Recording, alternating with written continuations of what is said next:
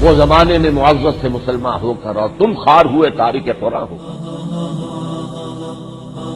خیرکم من تعلم القرآن وعلمہ، تم میں سے بہترین لوگ وہ ہیں جو قرآن سیکھیں اور سکھائیں. بسم اللہ الرحمن الرحیم. اللہم صلی علی محمد وعلی آل محمد وبارک وسلم. السلام علیکم ناظرین، پروگرام قرآن فورم میں ایک بار پھر آپ کی خدمت میں حاضر ہیں. ناظرین، اسلام میں مرد کی ایک سربراہ خاندان ہونے کی حیثیت سے ذمہ داری صرف اتنی ہی نہیں ہے کہ وہ اپنے اہل و عیال کی محض مادی ضروریات یعنی ان کے نان نفقے کا اہتمام کرے، انہیں کھلائے پلائے، ان کے رہن سہن کی ضرورتیں پوری کرے، بلکہ اس کے ساتھ ساتھ یہ بھی اس کی ذمہ داری میں شامل ہے کہ اللہ نے اپنی مخلوق میں سے جن کو بطور امانت اس کے ماتحت کیا ہے وہ ان کی روحانی ضروریات کو بھی پورا کرنے اور ان کی اخروی نجات اور فلاح کے لیے بھی بھرپور کوشش کرے، اور اس کے لیے ان کی بہتر سے بہتر دینی تربیت کی کوشش کرے تاکہ وہ صحیح رخ پر پروان چڑھ سکیں اور اپنی آخرت کی نجات کو ممکن بنا سکیں. ناظرین، آج کے اس پروگرام میں ہم سربراہ خاندان کی ذمہ داری کے حوالے سے گفتگو کریں گے. اس حوالے سے ہم نے یا ایھا الذین آمنوا کے سلسلے میں سورۃ التحریم کی آیت نمبر 6 کا انتخاب کیا ہے. اس آیت میں اللہ سبحانہ و تعالی ارشاد فرماتے ہیں: اعوذ باللہ من الشیطان الرجیم، بسم اللہ الرحمن الرحیم، یا ایھا الذین آمنوا قوا انفسکم واہلیکم نارا وقودھا الناس والحجارہ علیہا ملائکۃ غلاظ شداد لا یعصون اللہ ما امرہم ویفعلون ما یؤمرون. صدق اللہ العظیم. اس آیت کا ترجمہ کچھ یوں ہے کہ اے اہل ایمان، بچاؤ اپنے آپ کو اور اپنے اہل و عیال کو اس آگ سے جس کا ایندھن بنیں گے انسان اور پتھر. اس پر بڑے تندخو اور بہت سخت دل فرشتے مامور ہیں. اللہ ان کو جو حکم دیتا ہے وہ فرشتے اس کی نافرمانی نہیں کرتے، اور وہ وہی کرتے ہیں جس کا انہیں حکم دیا جاتا ہے. ناظرین، گفتگو کے سلسلے کو آگے بڑھاتے ہیں اور ہمارے ساتھ اسٹوڈیو میں ہمارے معزز مہمان ہمیشہ کی طرح ہمارے ساتھ موجود ہیں معروف دینی اسکالر و امیر تنظیم اسلامی محترم جناب شجاع الدین شیخ صاحب. آئیے ان سے گفتگو کرتے ہیں. السلام علیکم ورحمۃ اللہ وبرکاتہ. وعلیکم السلام ورحمۃ اللہ وبرکاتہ. شیخ صاحب، مزاج خیریت سے؟ الحمدللہ، آپ خیریت سے ہیں؟ جی، اللہ کا کرم و احسان ہے. شیخ صاحب، سورۃ التحریم کی آیت نمبر 6 کے حوالے سے ہم انشاءاللہ آج گفتگو کریں گے. تو سب سے پہلے میں چاہوں گا کہ سورۃ التحریم کا ایک اوور ویو ہمارے حاضرین و ناظرین کے لیے آ جائے سامنے. بسم اللہ الرحمن الرحیم. اللہم صلی علی محمد وعلی آل محمد وبارک وسلم. سورۃ التحریم قرآن حکیم کے 28 پارے کی آخری صورت ہے، اور 28 پارہ تمام کا تمام مدنی صورتوں پر مشتمل ہے. 9 مدنی صورتیں 28 پارے میں ہیں، جن کے تسلسل میں یہ 28 پارے کی آخری صورت ہے. اس صورت میں اللہ تعالیٰ نے بنیادی طور پر خاندان کے حوالے سے رہنمائی عطا فرمائی ہے. بعض اہل علم نے جو اس کے مضامین کا تجزیہ کیا، ان میں سے پہلا تجزیہ تو یہ ہے کہ ابتدائی تقریباً 5 آیات میں اللہ سبحانہ و تعالیٰ نے شوہر اور بیوی کے لیے ہدایات اور رہنمائی عطا فرمائی. گو کہ نبی اکرم علیہ السلام کے گھرانے کا تذکرہ ہے، البتہ حضور کے گھرانے کا ذکر کر کے امت کو رہنمائی دی جا رہی ہے. وہ تو خاص ایک تناظر ہے. عموم کے اعتبار سے بات یہ آ رہی ہے کہ شوہر اور بیوی کے درمیان محبت اور الفت تو مطلوب ہے، لیکن کبھی اس کا معاملہ ایسی انتہا پر نہ چلا جائے کہ ایک دوسرے کی خاطر، ایک دوسرے کی محبت، ایک دوسرے کی الفت کی وجہ سے کہیں اللہ تعالیٰ کے احکامات کی خلاف ورزی شروع ہو جائے. ایک تو یہ توجہ دلائی گئی. دوسری اہم بات جس کا آج ذکر ہم کر رہے ہیں، اور آیت نمبر 6 کا آپ نے ترجمہ بھی پیش کیا تلاوت کے ساتھ، جہاں سربراہ خاندان کی اہم ترین ذمہ داری کا بیان ہے کہ نہ صرف یہ کہ گھر والوں کی مادی حاجات کو پورا کرنا ایک سربراہ خاندان کی ذمہ داری باپ ہے، شوہر ہے، بلکہ اس سے بڑھ کر ان کی روحانی حاجات کو پورا کرنا، ان کو اللہ تعالیٰ کا بندہ بنانے کی فکر و کوشش کرنا، ان کو جہنم کی آگ سے بچانے کی محنت کرنا، یہ بھی سربراہ خاندان کی ذمہ داری. تیسرا موضوع جو بنیادی طور پر اس صورت کے آخر میں آتا ہے، وہ کچھ خواتین کا ذکر کیا گیا. نوح علیہ السلام ہیں اور لوط علیہ السلام اللہ کے پیغمبر ہیں، مگر بیویاں نافرمان تھیں تو وہ اللہ کے عذاب سے بچ نہ سکیں. بتایا جا رہا ہے کہ اصل رشتہ وہ ایمان کا رشتہ ہے. اگر پیغمبر کے گھرانے میں گھرانوں میں بیویاں موجود ہیں مگر وہ پیغمبر کا ساتھ نہیں دیتی، ان کی دعوت قبول نہیں کرتی بلکہ ان کی نافرمانی کرتی ہیں، تو پھر اللہ کی پکڑ سے بچ نہیں سکیں گی. اور بھی تفصیل ہے. حاصل کلام یہ بتایا جا رہا ہے کہ ایک عورت دنیا میں انتظامی اعتبار سے یقیناً مرد کے تابع رکھی گئی ہے. الرجال قوامون علی النساء، سورہ نساء کی آیت نمبر 34 کے مطابق. البتہ عورت کا اپنا ایک علیحدہ تشخص ہے، اس کی اپنی ایک سیپریٹ آئیڈینٹی ہے، اور وہ خود اپنی پرسنل کیپیسٹی میں، انفرادی حیثیت میں کل اللہ تعالیٰ کے ہاں جواب دہ ہے. تو ہر مرد کو بھی اپنی فکر کرنی ہے، خود آخرت کی ہر عورت کو بھی اپنی فکر کرنی ہے آخرت کی. انتظامی اعتبار سے اس کو گھر کی ملکہ بنایا گیا، شوہر کے تابع رکھا گیا، مگر اس کی انفرادی حیثیت اور علیحدہ تشخص ہے جس کی بنیاد پر وہ خود از خود اللہ کے ہاں آخرت میں جواب دے بھی ہے. تو یہ موضوعات ہیں خاندانی زندگی سے متعلق جو سورہ تحریم میں ہمارے سامنے آتے ہیں. صحیح. جو آیت ہم نے منتخب کی ہے آیت نمبر 6، اس کے ترجمے سے جو موٹی موٹی ایک بات سمجھ میں آتی ہے، پہلے اس کا اگر خلاصہ پیش کر دیں پھر ہم ایک ایک جز کو لے کر انشاءاللہ اس پہ جی. جو ترجمہ بھی آپ نے پیش کیا اور جو میں نے اشارتاً بھی بات ابھی دہرائی ہے کہ اللہ سبحانہ تعالیٰ نے ایمان والوں سے تقاضا کیا کہ اپنے آپ کو اور اپنے گھر والوں کو جہنم کی آگ سے بچانے کی فکر و کوشش کرو. گزشتہ ایک پروگرام میں ہم نے سورہ تغابن کا بھی مطالعہ، سورہ تغابن کی ایک آیت کا مطالعہ کیا تھا، اور سورہ تغابن بھی 28 پارے میں ہے. وہاں پر ایک عجیب انداز تھا، ان من ازواجکم و اولادکم عدو لکم فاحذروہم. دیکھو تمہاری بیویوں اور اولادوں میں سے کچھ تمہارے دشمن ہیں، چوکندہ رہنا. وہاں ایک نیگیٹیوٹی یا منفی انداز، نیگیٹیوٹی کا مطلب نیگیٹو نہیں ہے، منفی انداز، سلبی انداز تھا کہ دیکھو چوکندہ رہو، بچتے رہنا، کہیں شوہر اپنی بیوی کی محبت میں ڈوب کر اور اپنی اولاد کی محبت میں ڈوب کر کہیں آخرت کو فراموش نہ کر دے اور اپنی عاقبت کو خراب نہ کر لے. یہاں ایک مثبت انداز میں آج جو ہم آیت کریمہ کا مطالعہ کر رہے ہیں، ایک پازیٹیو انداز میں، مثبت انداز میں ذمہ داری کا ذکر ہو رہا ہے کہ اپنے آپ کو اور اپنے گھر والوں کو جہنم کی آگ سے بچانے کی فکر و کوشش کرو. تو وہ ہاں گویا کہ ایک منفی اسلوب میں بات تھی، اب ایک مثبت اسلوب میں بات ہے، اور دونوں ہم اسلوب ان کا حاصل کیا ہے، ہر اعتبار سے اپنے گھر والوں کے بارے میں فکر مند رہو اور چوکنا بھی رہو اور ان کی عاقبت کو بھی سنوارنے کی فکر اور کوشش کرو. صحیح. شیخ صاحب آیت میں اللہ رب العزت فرماتے ہیں پہلے کہ قو انفسکم، کہ اپنے آپ کو پہلے بچاؤ.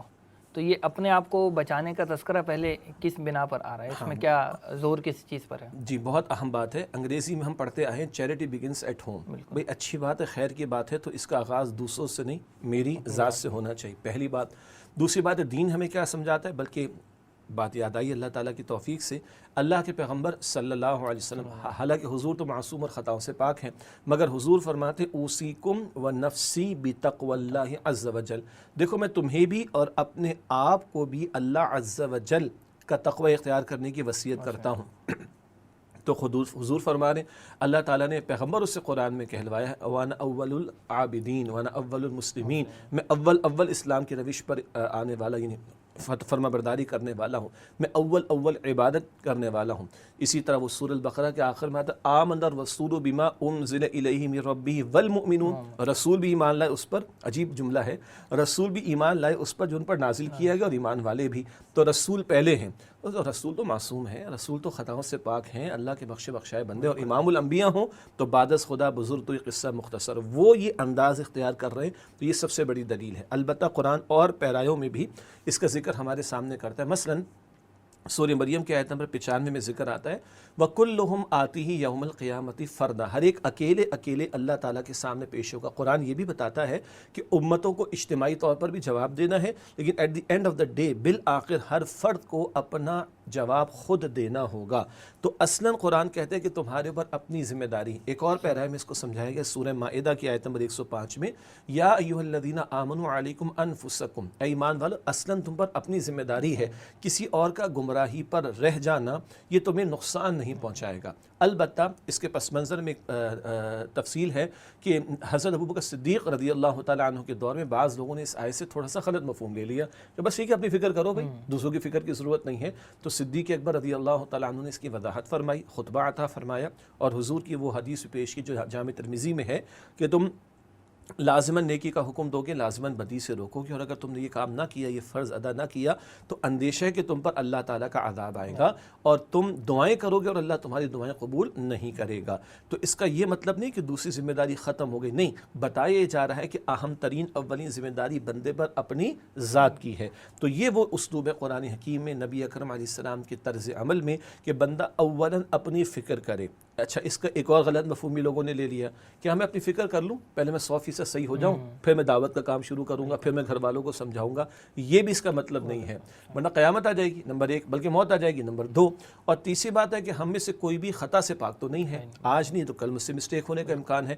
تو اولا اپنی فکر بھی، اور پھر آیت کریمہ کیا بتا رہی ہے، اپنے گھر والوں کی فکر بھی، ترتیب بھی یہ رہے، اور یہ فکر مندی اپنے آپ کے بارے میں بھی رہے اور دوسروں کے بارے میں بھی رہے. اس میں یہ بھی ایک پہلو ہو سکتا ہے کہ جب تک اپنی فکر ہی نہیں ہوگی تو دوسروں کی کیا فکر کریں؟ ظاہر بات ہے، جب تک مجھے کسی چیز کی کلیئرٹی نہیں تو میں دوسرے کو کلیئر کیسے کر سکوں؟ جب تک ایک چیز کا کنوکشن مجھے خود نہیں ہے تو میں دوسرے کو بیان کیسے کر سکوں؟ ابھی جو لفظ کنوکشن ہے قرآن حکیم میں آتا ہے نا، سورہ یوسف کی آیت نمبر 108 میں اللہ کے پیغمبر علیہ السلام کی 23 برس کی سنت کا ذکر ہے۔ قرآن کہلواتا ہے آپ سے کہ قل ھذہ سبیلی ادعو الی اللہ علی بصیرۃ، اے نبی علیہ السلام فرما دیجئے یہ میرا راستہ ہے، میرا طریقہ ہے، میں اللہ کی طرف بلاتا ہوں پوری بصیرت کے ساتھ۔ تو پوری بصیرت، پورا یقین، پورا کنوکشن ضروری ہے، یہ نہ ہو تو میں دوسروں کو دعوت نہیں دے سکتا۔ بجا آپ نے فرمایا مجھے اپنی فکر نہیں ہوگی تو میں دوسروں کو بچانے کی فکر کیسے کروں گا؟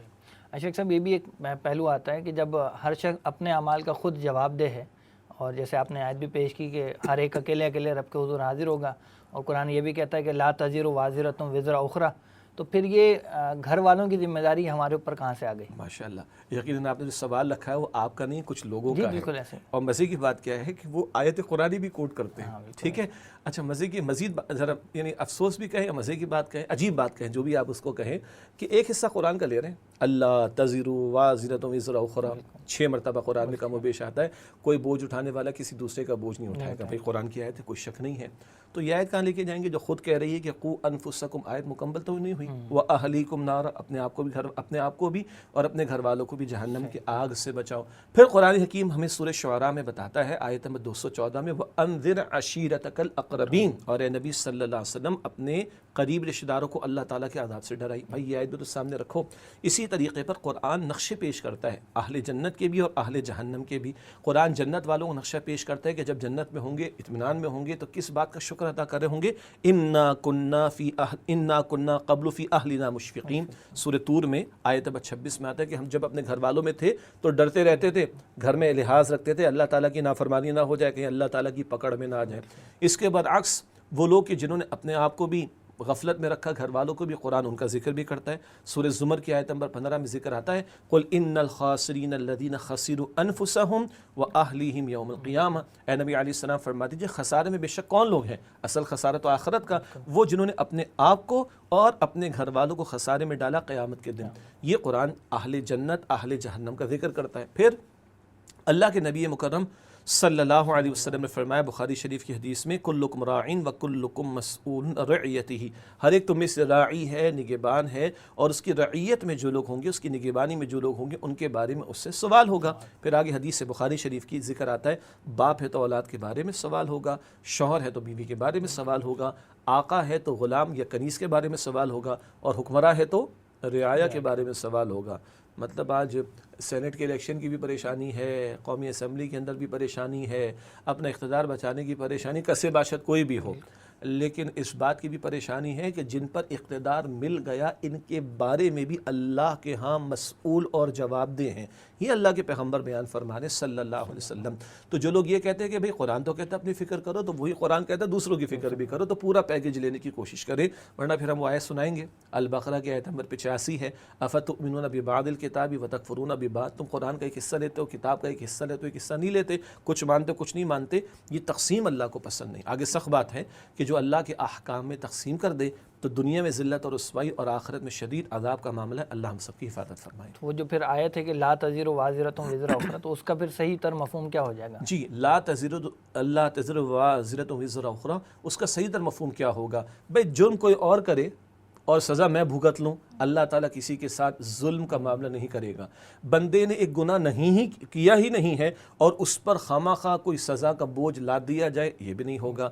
اسی طریقے پر ایک بندے نے سمجھانے کی، بتانے کی، پہنچانے کی پوری کوشش کر لی، تو جن تک پہنچانا تھا اب وہ ان کے بارے میں جواب دہ نہیں ہوگا۔ جیسے حضور کو کہا اللہ تعالیٰ نے سورہ البقرہ کی آیت نمبر 119 میں ہے لا تسأل عن اصحاب الجحیم، اہل جہنم کے بارے میں آپ سے سوال نہیں ہوگا۔ یہ بھی اچھا ہے، اس سوال سے ایک اور بات کلیئر ہوتی ہے کہ پیغمبر کا کام بھی منوانا نہیں تھا۔ فذکر انما انت مذکر، اے نبی نصیحت کیجئے، نصیحت کرنا آپ کا کام ہے، لست علیہم مسیطر، جبر کر کے منوانا آپ کا کام نہیں۔ اب اگر کوئی نہیں مانتا تو وہ خود اپنا ذمہ دار ہوگا، اس کے نہ ماننے کا وبال ہم پر نہیں آئے گا اگر ہم اپنے پہنچانے، سمجھانے، بتانے کی ذمہ داری پوری کر رہے ہیں۔ اور ہم سے مراد کیا ہے؟ اگر میں باپ ہوں تو اولاد کو پہنچانے کی اول ذمہ داری، میں شوہر ہوں تو بیوی کو پہنچانے کی اول ذمہ داری، میں بڑا ہوں تو چھوٹوں کو پہنچانے کی ذمہ داری، پھر جہاں جہاں میرا دائرہ کار بڑھتا جائے گا اس کی ذمہ داری مجھ پر ہے۔ پھر کوئی قبول نہ کرے تو اس کی گمراہی کا بوجھ مجھ پر نہیں آئے گا، اس کے نہ ماننے کا بوجھ مجھ پر نہیں آئے گا انشاءاللہ۔ یہ وہی بات ہے جو سورہ مائدہ میں بیان کی گئی، علیکم انفسکم جی، والی جواب۔ لا یضرکم من ضل اذا اہتدیتم، تم پر اپنی ذمہ داری ہے، اگر تم ہدایت پر رہے تو کسی کا گمراہ ہونا تمہیں نقصان نہیں دے گا، مراد تم ہدایت پر بھی رہے، تم نے صحیح رخ اختیار کیا، اپنے پہنچانے والی ذمہ داری کو بھی ادا کرتے رہے، اب اگر کوئی قبول نہیں کرتا، نہیں مانتا تو اس کا وبال تم پر اور اس کا بوجھ تم پر نہیں ڈالا جائے۔ شیخ صاحب یہ تو ہم نے سمجھ لیا کہ سربراہ خاندان کی یہ ذمہ داری بنتی ہے کہ وہ سب سے پہلے اپنے آپ کو اور پھر ساتھ ہی ساتھ اپنے گھر والوں کے لیے بھی کوشش کرے، تو وہ کیا کوشش ہے جو ایک سربراہ خاندان کو کرنی چاہیے، کیا طرز عمل اس کا اپنا ہونا چاہیے گھر والوں کے حوالے سے، اس پر تھوڑی سی رہنمائی فرمائیں۔ بلکہ آپ کی اجازت سے میں ایک اور پہلو بھی ذکر کروں کہ جہاں یہ ذمہ داری ہے وہاں یہ کام کرے تو بڑی سعادت بھی ہے۔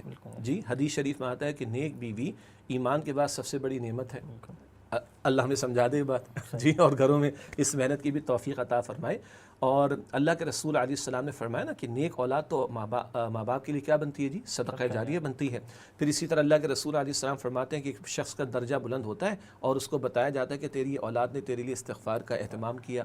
تو یہی گھرانے، اچھا پھر وہ جو عام طور پر احادیث پیش کی جاتی ہیں کہ تمہاری وجہ سے شخص ہدایت پر آ جائے 100 سرخوٹوں سے بہتر، اور تم کسی کو نیکی کی دعوت دو، نیک عمل کرے، اس کو اتنا اجر ملے گا، اتنے اجر اللہ تمہیں بھی عطا فرمائے گا۔ دنیا سے تم چلے گا، تم نے خیر سکھایا، جب تک لوگ خیر سے فائدہ اٹھائیں گے، علم سے فائدہ اٹھائیں گے، نفع اٹھائیں گے، تمہیں اجر ملتا رہے گا۔ تو اس کے پہلے مستحق بھی گھر والے، تو یہ کام کرنے پر اجر بھی ہے، ثواب بھی۔ اور اگر یہ محنت گھر میں ہو تو قرآن جنتی فیملی کا نقشہ بھی پیش کرتا ہے۔ سورہ طور کی آیت نمبر 21 میں کیا کہتا ہے قرآن؟ والذین آمنوا واتبعتهم ذریتهم بایمان الحقنا بهم ذریتهم وما التناهم من عملهم من شیء۔ اور جو لوگ ایمان لائے اور ان کی اولاد نے ایمان میں ان کی پیروی کی، اللہ فرماتا ہے کہ ہم ان کے عمل میں کمی نہیں کریں گے اور ان کو ملا دیں گے اور ان کے عمل میں کمی نہیں کریں گے۔ مراد کیا ہے؟ پہلے بھی ذکر کہیں آ چکا ہے ہمارے پروگرامز میں کہ جنت میں درجات بہت سارے، تو کوئی نیچے درجے پر ہوگا فیملی ممبر تو اللہ اس کو ایلیویٹ کر کے اوپر والوں کے ساتھ ملا دے گا۔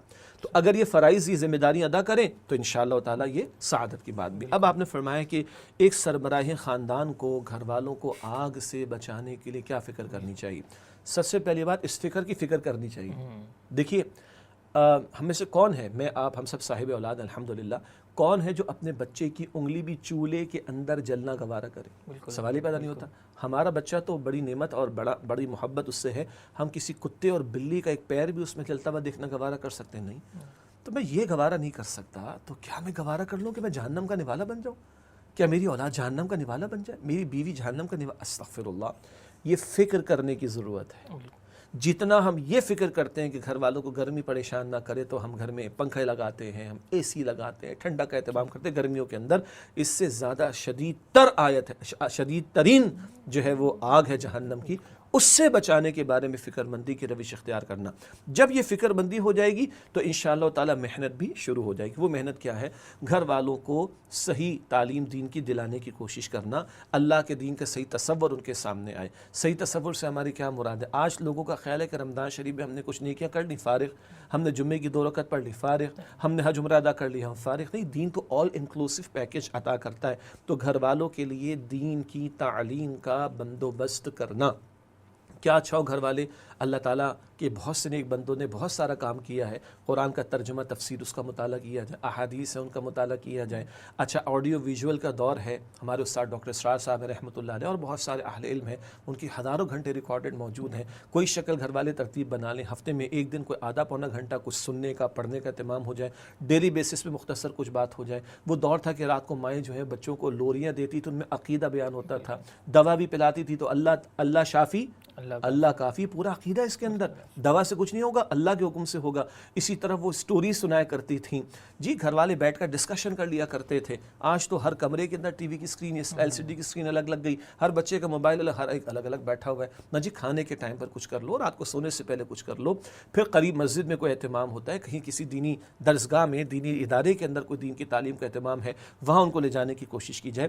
میڈیا میں 99% تو غلط چیزیں آتی ہیں جی، کھل کر میں میڈیا پر بیٹھ کر بات کر رہا ہوں، لیکن 1% اگر کہیں کوئی اچھا استعمال اس کا ہو سکتا ہے، جس کو ہمارے ساتھ ڈاکٹر اسرار صاحب کہتے تھے اپنے دور میں کہ ٹی وی کو مسلمان کر لو، تو مسلمان کر کے میڈیا کو استعمال کر لیں، ورنہ اس کو سائڈ پہ رکھیں، ضرورت کے تک استعمال کر لیں۔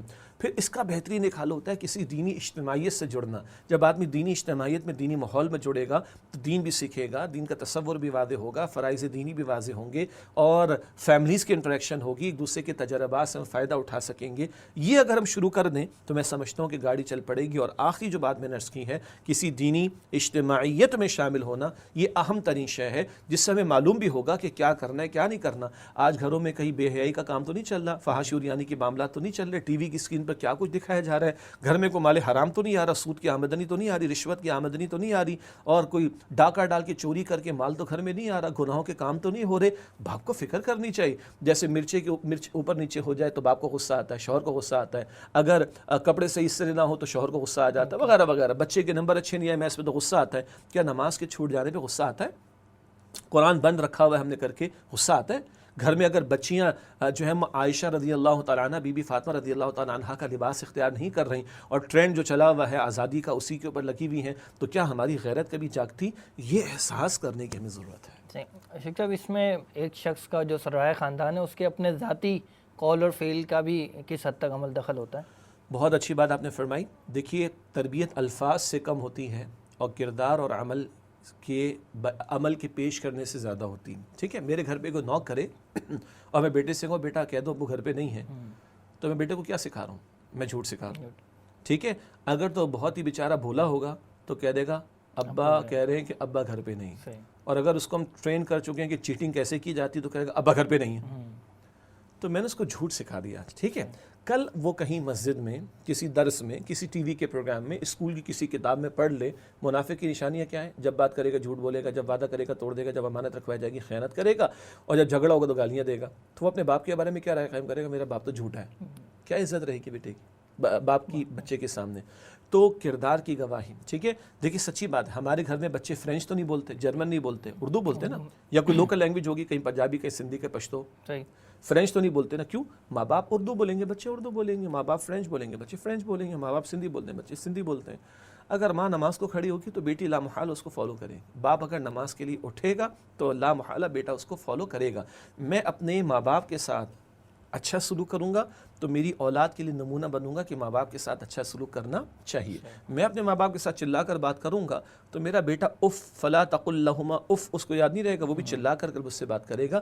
یہ وہ نیچرل انداز ہے تربیت کا۔ ایک صاحب ہندوستان میں کہیں لیکچر دے رہے تھے اور ٹاپک تھا تربیت اولاد، تو انہوں نے کہا آج اولاد کے بارے میں انشاءاللہ کوئی بات نہیں ہوگی۔ ٹاپک کیا ہے؟ تربیت اولاد کا۔ آج انشاءاللہ اولاد کے بارے میں کوئی بات نہیں ہوگی۔ سامنے مرد بیٹھے تھے جو باپ تھے، پردے میں خواتین تھی، کہا آج ماں باپ کے بارے میں بات ہوگی، ماں باپ سیدھے ہوں گے، اولاد سیدھے ہوگی انشاءاللہ تعالیٰ۔ تو اصل بات ہے کہ ہم صرف کتابوں پر ریلائنس کرتے ہیں، ہم اسکولوں پر ریلائنس کرتے ہیں نا جی۔ اسکول تو 6 مہینے بند ہوتے ہیں، اور جو 6 مہینے کھلتے ہیں وہ بھی 3-4-5 گھنٹے بچے اسکول میں، تو باقی وہ گھر میں ہوتا ہے، اور اس کے پہلے رول ماڈل، پہلے مدرس، پہلے مربی، پہلے مینٹور، پہلے ٹرینر اس کے ماں باپ ہیں۔ تو ماں اور باپ کا اپنا کردار، اس میں بھی ہمارے استاد سمجھاتے ہمیں کہ بیٹا آپ نے کرنی ہے محنت، یعنی باپ شوہر ہونے کے ناطے کس پر؟ بیوی پر۔ اگر آپ کا کردار ٹھیک ہے، آپ کا عمل ٹھیک ہے، آپ اپنی بیوی کو صحیح رخ پر لا سکیں گے تو انشاءاللہ بچوں پر عمل کرنا آسان، بچوں کے لیے عمل کرنا، ان کی تربیت کرنا آسان ہو جائے گا۔ کیوں؟ مرد ہونے کے ناطے شوہر نے، باپ نے باہر محنت کرنی ہے معاش کی بھی، تو عورت یعنی بیوی کی تربیت کا اہتمام اب اس کے لیے کب ہوگا؟ جب اس کو دین سے جوڑیں گے اور دین کی طرف لانے کی کوشش کریں گے، اور یہ محنت ہمیں کرنی پڑے گی۔ کیوں؟ ہمیں اپنے آپ کو اور اپنے گھر والوں کو جہنم کی آگ سے بچانا ہے۔ شیخ صاحب مزید کلام کریں گے انشاءاللہ بریک کے بعد۔ محترم ناظرین، پروگرام میں وقت ہوا ہے بریک کا۔ بریک کے بعد انشاءاللہ اس آیت کے بقیہ جو موضوعات ہیں، جز ہیں، ان پر بھی گفتگو کریں گے، اور سیرت النبی صلی اللہ علیہ وسلم سے اپنے گھر والوں کو جہنم کی آگ سے بچانے کے حوالے سے ہمیں کیا رہنمائی ملتی ہے، اس پر بھی انشاءاللہ کلام کریں گے۔ حاضر ہوتے ہیں بریک کے بعد، اجازت دیجیے۔ السلام علیکم ورحمۃ اللہ وبرکاتہ۔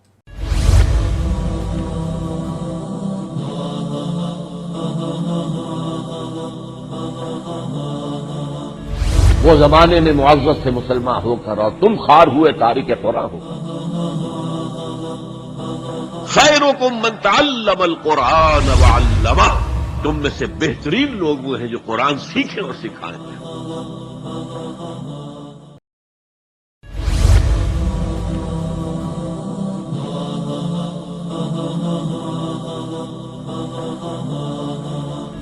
وہ زمانے میں معزز سے مسلمان ہو کر اور تم خوار ہوئے تارک قرآن ہو. خیرکم من تعلم القرآن وعلمہ، تم میں سے بہترین لوگ وہ ہیں جو قرآن سیکھیں اور سکھائیں. السلام علیکم ورحمۃ اللہ وبرکاتہ. ناظرین، پروگرام قرآن فورم میں ایک مرتبہ پھر آپ کی خدمت میں حاضر ہیں. ناظرین، گفتگو ہم کر رہے تھے سربراہ خاندان کی ذمہ داری کے حوالے سے. سورۃ تحریم کی آیت نمبر 6 ہمارے زیر مطالعہ تھی. شیخ صاحب، ہم نے یہ بات تو سمجھ لی کہ سربراہ خاندان کو فکر کرنی ہے اور کیا طریقہ کار اختیار کرنے. میں یہ چاہوں گا کہ نبی اکرم صلی اللہ علیہ وسلم کی سنت سے اس حوالے سے ہمیں کیا رہنمائی ملتی ہے، وہ کچھ ہمارے ناظرین کے لیے بیان ہو جائے. بسم اللہ الرحمن الرحیم. دیکھیے، اللہ تعالیٰ قرآن میں ارشاد فرماتا ہے نا، لقد کان لکم فی رسول اللہ اسوۃ حسنہ، یقیناً تمہارے لیے رسول اللہ صلی اللہ علیہ وآلہ وسلم کی زندگی میں بہترین نمونہ موجود ہے. تو پہلی بات ہے کہ حضور جس بات کی دعوت دیتے خود اس پر عمل کر کے دکھاتے. اور آپ غور فرمائیے کہ حضور کے یہی کردار کی گواہی ہے کہ دعوت تو بعد میں آئی ہے، کردار پہلے آیا ہے. 40 سال تک حضور نے ایک بھرپور زندگی گزاری اور مشرکین تک بھی کہتے تھے صادق اور امین. جب آپ نے دعوت توحید پیش کی ہے تو اول ایمان لانے والے کون ہیں؟ بیوی ہیں بی بی خدیجہ رضی اللہ تعالیٰ عنہ، دوست ہیں صدیق اکبر رضی اللہ تعالیٰ عنہ، کزن ہیں اور چھوٹے عمر میں سیدنا علی رضی اللہ عنہ، غلام ہیں حضرت زید رضی اللہ عنہ. تو آپ یوں کہیے کہ یہ اولین ایمان لانے والے لوگ وہ ہیں جو آپ کے گھر کے افراد ہیں، بالکل قریبی افراد ہیں. خود اس مزاج سے پتہ چلتا ہے کہ حضور کا کردار کس قدر گواہی دے رہا ہے. اچھا، پھر بعد کے ادوار میں ہم دیکھتے ہیں تو اللہ کے نبی علیہ السلام، حضرت عائشہ فرماتی رمضان شریف کا آخری عشرہ نہ صرف یہ کہ حضور علیہ السلام خود پوری رات قیام فرماتے بلکہ گھر والوں کو بھی بیدار کرتے. کبھی تہجد کے موقع پہ اللہ کے نبی علیہ السلام گھر والوں کو بیدار کرتے. اسی طرح بالکل اولین دور کے واقعات ہیں جب اللہ کے نبی علیہ السلام نے اپنے خاندان والوں کو جمع فرمایا اور خاندان بنو عبد المطلب کو جمع فرمایا، اور حضور علیہ السلام وہاں حضرت صفیہ اپنے پھپھی کو بھی کہتے ہیں، حضرت فاطمہ الزہرا رضی اللہ تعالیٰ عنہ اپنی بیٹی سے بھی کہتے ہیں، اپنے خاندان والوں سے بھی کہتے ہیں، بیٹی سے کہتے ہیں کہ بیٹا اپنے آپ کو جہنم کی آگ سے بچاؤ، کل میں تمہارے کسی نفع نقصان کا مالک نہ ہوں گا. تو یہ وہ احساس، شدت احساس ہے کہ جو حضور اپنے گھر والوں کے سامنے، اپنے خاندان والوں کے سامنے رکھتے. اتنا کہ ایک ایک بات پر نگاہ ہوتی. حضور علیہ السلام کی ایک زوجہ محترمہ نے ایک دوسری زوجہ محترمہ کے بارے میں ایک جملہ کہا جو ہمارے بڑا عام سا جملہ ہے، اس کا قد تو چھوٹا ہے. اب ہم تو پتہ نہیں کسی کے قد کیا سب کچھ ہی ناپ کر بیان کر دیتے. تو اللہ کے رسول علیہ السلام نے فرمایا کہ نہیں، جاؤ اس سے معافی مانگو. تم نے ایک ایسا جملہ کہا کہ اگر اس کو سمندر کے پانی میں گھول کر ملا دیا جائے تو سمندر کے پانی کو بھی اور کڑوا کر دے، نمکین کر دے. اس قدر سخت جملہ ہے. حالانکہ جملہ کیا ہے تو اس کا قد تو چھوٹا ہے. تو یہ نہیں کہ حضور علیہ السلام جہاں نیکی کی دعوت دیتے ہیں اور خیر کے کاموں کے لیے اپنے گھر والوں کو شامل رکھتے ہیں، وہیں ان کو جہنم کے عذاب سے بھی خبردار کرتے ہیں اور ان کے ان پہلوؤں کے اعتبار سے بھی رہنمائی کرتے ہیں. پھر حضرت عائشہ رضی اللہ تعالیٰ عنہ یہ بھی فرماتی ہے کہ حضور کا عام معمول کیا تھا. مدینہ شریف کی بات ہو رہی، حجرے مسجد نبوی کے ساتھ تھے. نماز عصر کے بعد ایک ایک زوجہ کے پاس آپ تشریف لے جاتے اور پھر کیا ہوتا؟ پھر یہ ہوتا کہ رات کا قیام ان زوجہ کے ہوتا جن کی باری متعین ہوتی. اور پھر اماں عائشہ یہ بھی فرماتی کہ رات کو عشاء کی نماز کے بعد گھر والوں سے گفتگو بھی کرتے، اس میں وعظ و نصیحت کا معاملہ بھی ہوتا، گھر گھر ہنسی کے معاملات بھی ہوتے.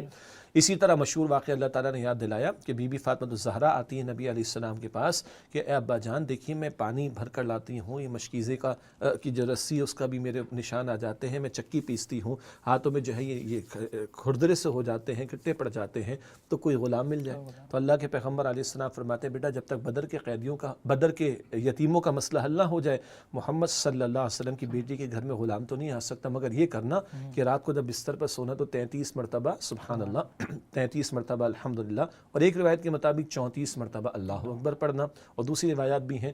یہ تمہارے لیے غلام سے زیادہ بہتر ہے. کہاں توجہ ہو رہی ہے؟ اللہ سبحانہ وتعالیٰ کے ساتھ تعلق کی طرف. تو یہ میں نے چند اشارے کیے جو اللہ کے نبی علیہ السلام کے طرز عمل سے معلوم ہوتے ہیں. دوسرا کیا ہے؟ اللہ کے نبی علیہ السلام گھر والوں کے تعلق سے ہمیں بیان فرماتے ہیں. کبھی آپ یہ بیان فرماتے ہیں کہ جب بچہ تمہارا 7 سال کا ہو جائے تو اس کو نماز کی تلقین کرو، 10 سال کا ہو جائے تو سختی کرو تاکہ نماز کا پابند ہو. اور حاصل اس کا کیا ہوگا؟ جب بالغ ہوگا، جب نماز کی فرضیت اس پر لاگو ہوگی وہ پابند ہو جائے گا. اسی طرح آپ فرمائیں گے بچے جب 10 سال کے ہو جائیں تو ان کے بستروں کو علیحدہ کر دو. شرم و حیا کے معاملات بھی آ جاتے ہیں.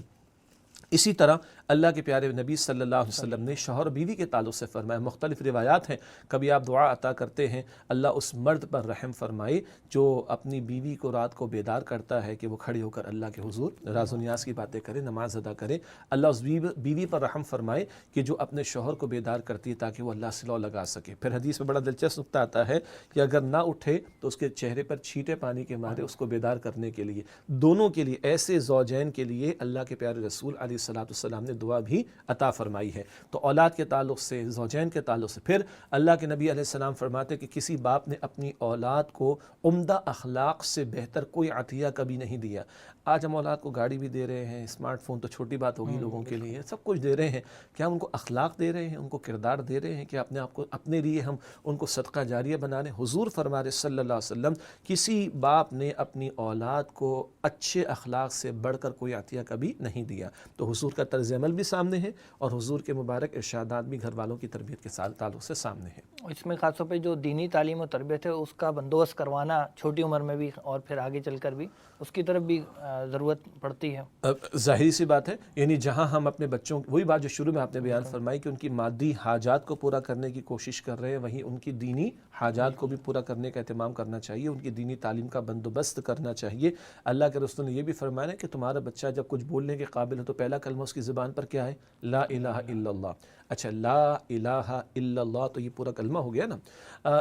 اللہ اللہ تو اس کی زبان پر آئے، اگر وہ ابا ابا کر سکتا اور اما اما کر سکتے تو اللہ اللہ کیوں نہیں کر سکتا؟ پھر وہ بات ہے کہ جو ماں باپ کا اپنا طرز عمل ہوگا، جیسے کہ بریک سے پہلے ہم نے بات کی، وہی اولاد کے اندر بھی انکلکیٹ ہوگا۔ تو پہلا کلمہ جو اس کی زبان پر آئے، حضور فرماتے صلی اللہ علیہ وسلم کہ وہ لا الہ الا اللہ کا کلمہ ہونا چاہیے۔ صحابہ کرام کا معمول تھا کہ جو دعائے استخارہ حضور نے سکھائی ہے وہ اپنے بچوں کو اس طرح سکھاتے تھے جیسے کہ ان کو قرآن سکھایا کرتے تھے۔ دعائے استخارہ میں تو پورا عقیدہ ہے، فَإِنَّكَ تَعْلَمُ وَلَا أَعْلَمُ، اللہ تو جانتا ہے میں نہیں جانتا، میرے لیے کیا خیر ہے کیا شر ہے تو جانتا ہے میں نہیں جانتا، آگے تفصیل ہے۔ تو اس طرح ان بچوں کو صحابہ کرام نے بھی چھوٹی عمر سے بنیادی تعلیمات اور عقیدے کی باتیں سب سکھائی ہیں۔ شیخ صاحب، جس آگ کا تذکرہ یہاں پہ ہو رہا ہے اس کے بارے میں فرمایا جا رہا ہے کہ وقودہ الناس والحجارہ، اس کا ایندھن بنے گے انسان اور پتھر۔ تو اس آگ کے ایندھن کا تذکرہ کیوں کیا گیا خاص طور پر؟ دیکھیں، دو اعتبارات سے بات کو بیان کیا گیا ہے۔ اللہ تعالیٰ ہم سب کو جہنم کی آگ سے محفوظ فرمائے۔ لوگ تو جائیں گے اور جہنم کی آگ بھڑکائی جائے گی، پتھر بھی ہوں گے۔ ایک مراد معروف تو یہی لی گئی ہے کہ وہ پتھر، ان سے مراد ہے وہ بت جن کی پوجا پاٹ مشرکین نے دنیا میں کی تھی، اپنے ہاتھوں سے تراشے ہوئے بتوں کی پوجا پاٹ کی تھی، وہ بت بھی ان کے ساتھ جہنم کی آگ میں ڈالے جائیں گے تاکہ ان کی حسرت میں اور ذلت میں اضافہ کیا جائے۔ اور ایک اور بات بھی شامل ہے کہ جس آگ میں پتھر بطور ایندھن استعمال ہو اس کی حدت اور شدت بھی زیادہ ہوا کرتی۔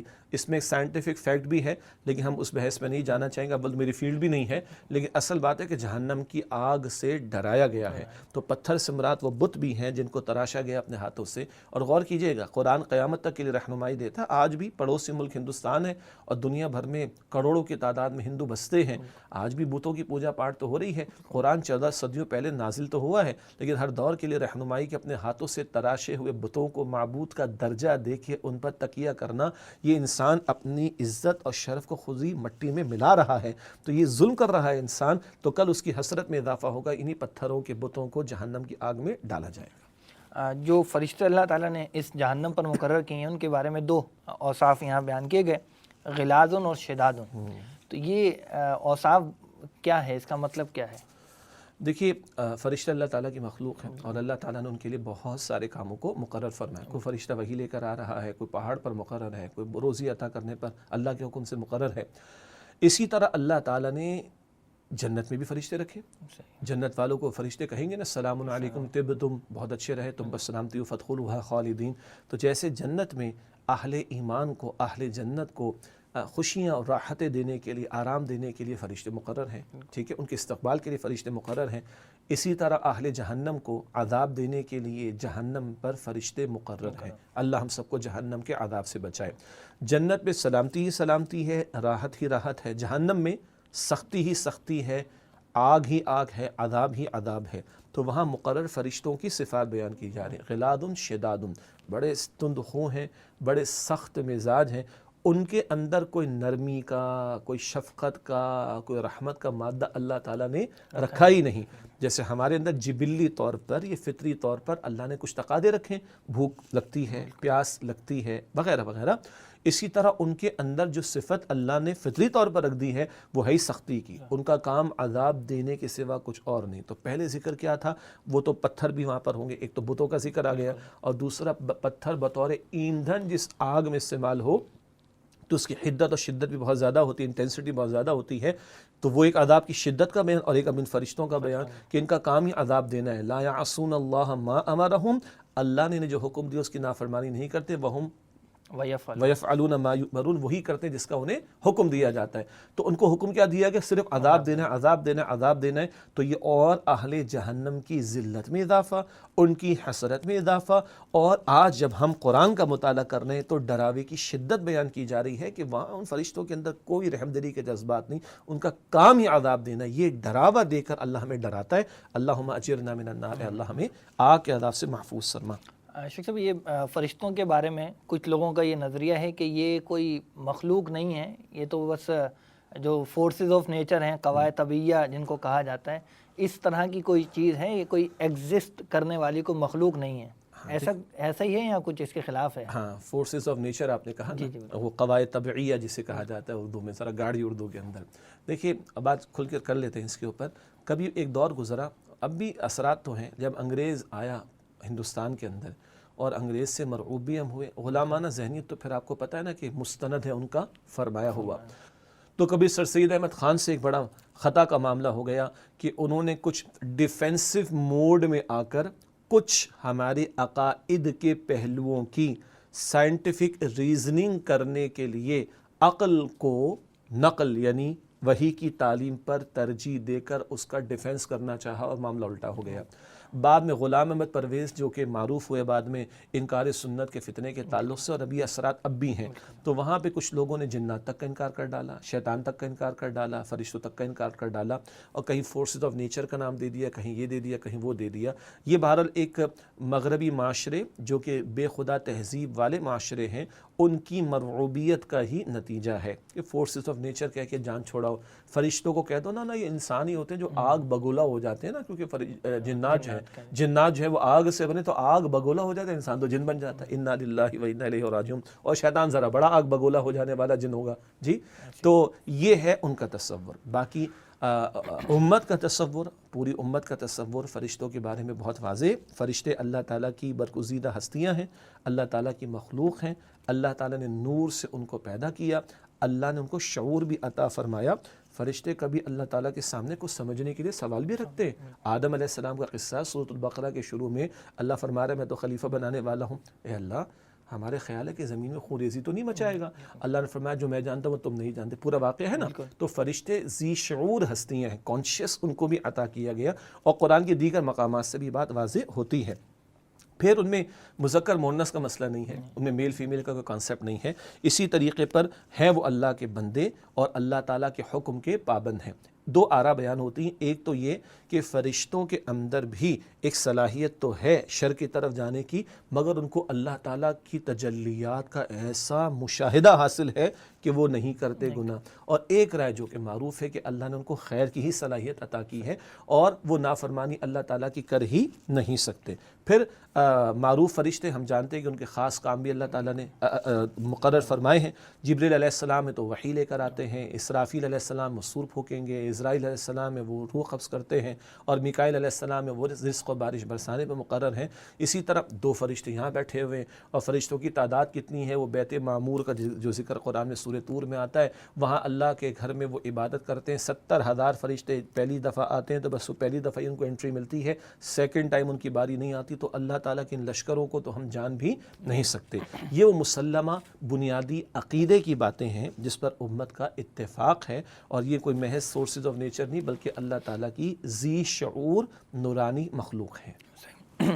اچھا، چونکہ ان کا تعلق بیسیکلی رسالت سے بھی جڑ جاتا ہے تو وہ اس بنا پر بھی شاید سر سید احمد خان نے کچھ توجیحات کرنے کی کوشش کی ہیں. وہ توجیحات کرنے کی کوشش کی نا کہ بہرحال رسالت سے تعلق تو یہ بنتا ہے کہ دو کڑیاں ہیں ہم تک اللہ کا پیغام پہنچنے میں. اللہ کا پیغام جبرائیل علیہ السلام کے ذریعے محمد کریم صلی اللہ علیہ وآلہ وسلم کو عطا ہوا اور محمد کریم علیہ السلام کے ذریعے ہمیں ملا. احادیث واضح ہیں کہ رسول اللہ علیہ السلام نے جبریل امین کی ان کی اصل شکل میں 2 مرتبہ ان کا مشاہدہ فرمایا کم از کم. بخاری شریف کی حدیث ہے اور حضور نے یہاں تک فرمایا کہ جبرائیل آسمان کے افق پر چھائے ہوئے تھے اور جبرائیل علیہ السلام کے 600 پر ہیں.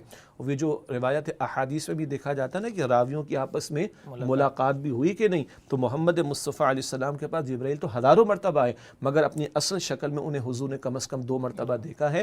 یہ وہ ملاقات کا ثبوت تاکہ وحی کی وہ چین پوری ہوتی ہے. ہم تک کیسے پہنچا؟ حضور کے ذریعے. حضور کو کس کے ذریعے ملا؟ جبرائیل علیہ السلام کے ذریعے. جبرائیل علیہ السلام کو کس نے عطا کیا؟ اللہ سبحانہ و تعالی نے. تو وہ چین بھی رسالت کی اس معنی میں کہ وہ وحی بھی لاتے ہیں وہ پوری اس انداز سے ہوتی ہے. شیخ صاحب آخری میں بس یہ جاننا چاہیں گے کہ اللہ تعالیٰ نے تو تذکرہ فرمایا کہ قوا انفسکم واہلیکم نارا, اپنے آپ کو اور اپنے گھر والوں کو جہنم کی آگ سے بچاؤ.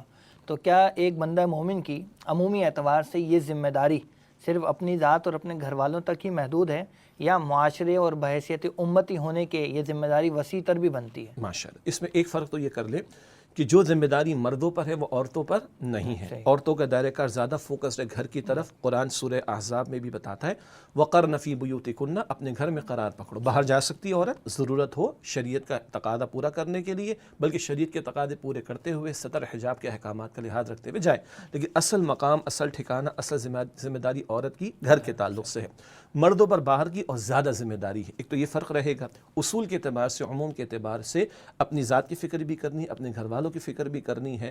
اور اللہ کے رسول تو پڑوسیوں کا ذکر بھی کرتے ہیں. کیا ہو گیا ان پڑوسیوں کو کہ جن کے پاس دین کا علم نہیں وہ ان سے نہیں سیکھتے جن کے پاس دین کا علم ہے, اور کیا ہو گیا ان پڑوسیوں کو جن کے پاس دین کا علم ہے وہ ان کو نہیں سکھاتے جن کے پاس دین کا علم نہیں ہے. حضور فرما رہے صلی اللہ علیہ وسلم, تھوڑی دیر پہلے سورہ شعراء کی آیت نمبر 214 کا ذکر آیا. حضور سے خطاب وَأَنذِرْ عَشِيرَتَكَ الْأَقْرَبِينَ, اے نبی علیہ السلام اپنے قریبی رشتہ داروں کو اللہ تعالیٰ کے عذاب سے ڈرائیے, خبردار کیجئے. اور حضور نے خاندان والوں کو بلا کر ان کے سامنے دعوت بھی رکھی. پھر ہم امتی ہیں نبی اکرم علیہ السلام کے. ختم نبوت کے بارے میں ہمارا عقیدہ ہے. ختم نبوت کے عقیدے کے اعتبار سے 2 پہلو سمجھیں. ایک عقیدے کا معاملہ اور ایک ہے اس کا عملی تقاضا. عقیدہ کیا ہے؟ نبوت آپ پر ختم ہوگی, کوئی نبی نہیں آئے گا, کوئی کتاب نہیں آئے گی. لیکن عملی تقاضا کیا ہے؟ اب حضور کے بحاف پر ان کے امتی ہونے کے ناطے یہ پیغام دوسروں تک پہنچانے کی فکر, کوشش, محنت کرنا ہمارا فرض ہے. اور اس کام کے لیے امت کھڑی کی گئی. سورہ آل عمران کی آیت نمبر 110 ہے کنتم خیر امۃ اخرجت للناس تأمرون بالمعروف وتنہون عن المنکر, تم بہترین امت ہو جنہیں لوگوں کے لیے برپا کیا کہ تم نیکی کا حکم دو گے اور بدی سے روکو گے. امت کھڑی اسی کام کے لیے کی گئی ہے. اگر امت یہ کام کرتا ہے اپنے علم, اپنی استعداد اور اپنے دائرہ کار کے مطابق اگر یہ کام کرتا ہے تبھی امتی کہلانے کا مستحق ہے. اور اگر یہ ایک شخص کام ہی نہیں کرتا وہ کس منہ سے امتی ہونے کا دعویٰ کرتا ہے؟ امت تو کھڑی اس کام کے لیے کی گئی ہے کہ اپنی ذات, اپنا گھر, اپنا قرب و جوار جہاں جہاں اختیار ہے ساری انسانیت تک اللہ کے پیغام کو پہنچانے کی کوشش کرنی ہے. ساری انسانیت تک کیسے ہوگا؟ ہم دینی اجتماعیت اختیار کریں گے تو باہر بھی کام ہوگا. اللہ کا نظام قائم کرنے کی جد و جہد کرے, پھر نظام اور ریاست کی سپورٹ ہوگی, سارے عالم میں اللہ کا پیغام پہنچانے کے قابل ہو سکیں گے انشاءاللہ. البتہ تدریج یہی رہے گی کہ اپنی ذات سے آغاز ہوگا. چیریٹی بگنس ایٹ ہوم والی بات جو شروع میں ہم نے کی تھی, اپنی ذات, اپنا گھر یہاں سے شروع کریں گے اور آگے بڑھتے چلے جائیں گے. ہاں اس کا یہ مطلب نہیں ہے جو ہم نے شروع میں کہا کہ میں پہلے 100% سیدھا ہو جاؤں گا پھر گھر والوں کو دعوت دوں گا. نہیں, اپنی بھی اصلاح, گھر والوں کی بھی. اچھا پہلے اپنے گھر کو سیدھا کر لو پھر باہر بات کرنا. نہ بھائی نہ. نوح علیہ السلام کی بیوی کا ذکر آیا, لوط علیہ السلام کی بیوی کا ذکر آیا, نہ فرمان, ان کو تو گھر سے باہر ہی نہیں نکلنا چاہیے تھا. ابو لہب تو چچا نبی صلی اللہ علیہ وسلم کا, حضور کو نہیں, یہ مطلب نہیں ہے.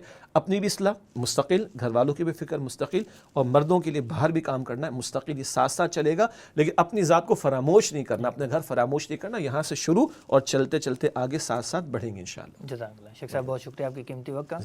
محترم ناظرین, اللہ تعالیٰ سے ہم دعا کرتے ہیں کہ وہ ہمیں اپنے اہل و عیال کی دنیاوی ضروریات کے ساتھ ساتھ ان کی اخروی نجات, اخروی کامیابی کی فکر کرتے ہوئے ان کی بہتر سے بہتر دینی تربیت کرنے کی توفیق عطا فرمائے, آمین. آج کے پروگرام کے لیے بس اتنا ہی. انشاءاللہ آئندہ ہفتے ایک نئے موضوع کے ساتھ آپ کی خدمت میں حاضر ہوں گے. تب تک کے لیے اجازت دیجیے. السلام علیکم ورحمۃ اللہ وبرکاتہ.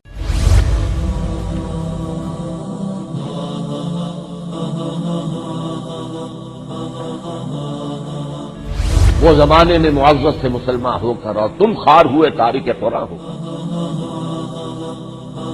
خیرکم من تعلم القرآن وعلمہ، تم میں سے بہترین لوگ وہ ہیں جو قرآن سیکھیں اور سکھائیں۔